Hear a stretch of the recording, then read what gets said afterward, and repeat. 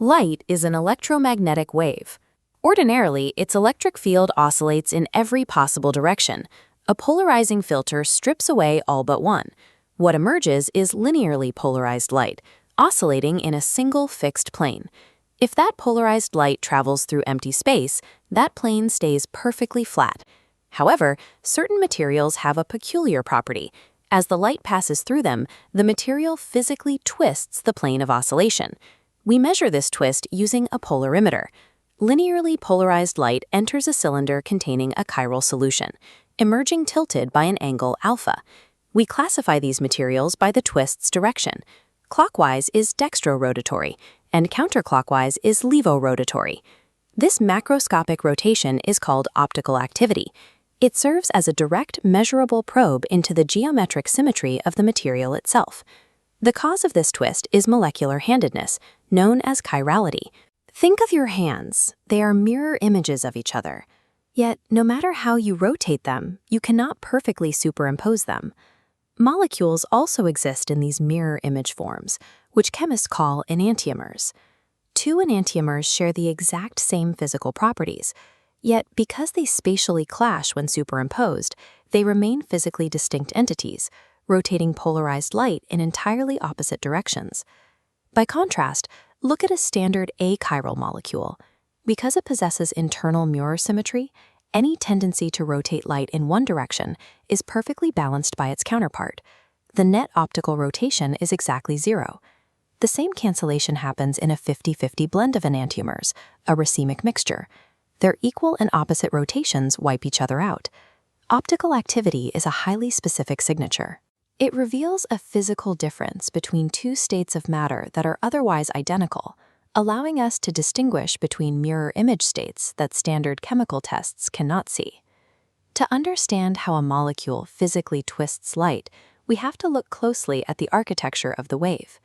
Linearly polarized light can be treated as a combination of two counter-rotating helices, a left circularly polarized component and a right circularly polarized component.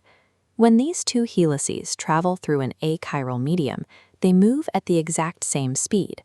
Because they stay perfectly matched, their peaks and valleys continuously recombine to form that flat linear plane. As light enters a chiral medium, the two helices enter an optical phase race. The material causes them to travel at different speeds. Because one falls behind, a phase difference accumulates over the sample. This circular birefringence physically tilts the final recombined linear plane. If the chiral material absorbs one helix more strongly than the other, the waves change in amplitude, not just velocity. The output is no longer a flat line, but an ellipse. This is differential absorption, or circular dichroism. This macroscopic rotation results from a microscopic race. The chiral medium slows down or absorbs one helix more than the other, twisting the final geometry. At the quantum level, ordinary refraction relies on the electric dipole response.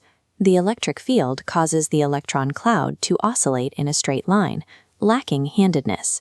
Optical activity requires electric-magnetic cross-coupling, where the magnetic field creates a helical motion in the electron cloud.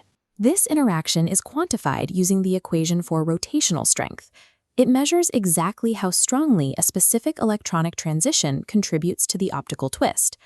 The equation relies on two critical variables multiplying together, the electric transition dipole moment and the magnetic transition dipole moment. For a molecule to be optically active, these electric and magnetic moments must combine in a specific non-canceling way. Visualize these quantum operators as microscopic antennas. The electric dipole acts like a linear antenna with an oscillating charge. The magnetic dipole is a loop antenna with a circulating current. A chiral molecule is a helical antenna, forcing both into a single-handed twist. If a molecule has mirror symmetry, it cannot sustain this combined helical shape. The opposing forces cancel out, shutting down the loop and reducing the rotational strength to exactly zero.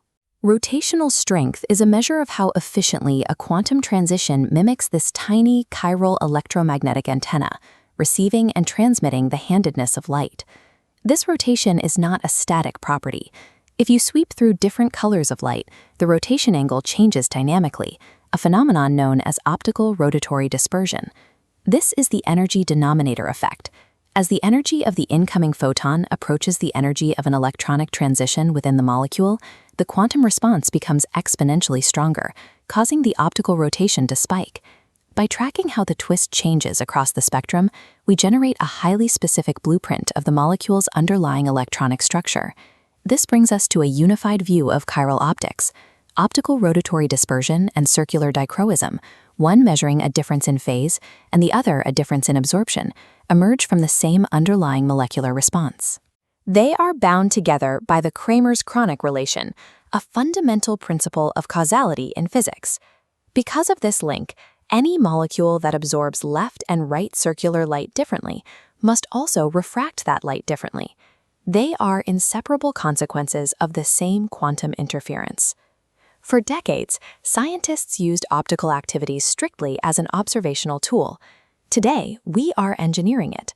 By harnessing these transition dipoles, we can manipulate light for specific technologies. We use it in pharmaceutical analysis to isolate life-saving drugs.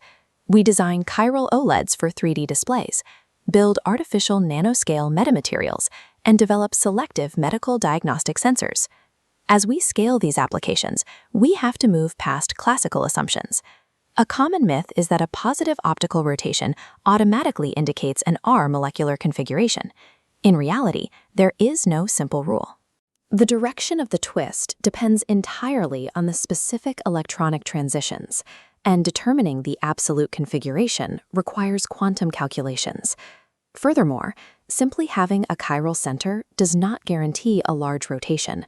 The magnitude depends on the electronic structure, the exact wavelength, and the path length through the sample. Optical activity is the macroscopic manifestation of molecular geometry. It is the proof of how the physical arrangement of atoms dictates the fundamental behavior of light itself.